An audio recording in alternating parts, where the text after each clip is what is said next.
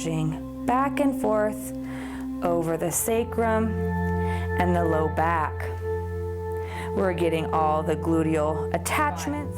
When we do this, we are going to be coming back from an effleurage stroke, pausing on the opposite side of the spine, and dorsiflexing our toes, bending our knee, and coming forward to get downward pressure on that QL.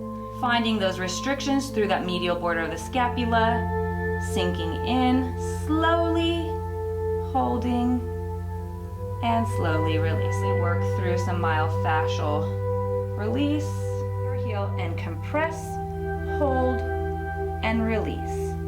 Connect, compress, hold, release. Warming it up with some rocking as well. We could take our heel and rock back and forth, continuing to warm up the teres attachments as well as the teres major and minor. Using our arch to their arch, we're going to cup and compress. Cup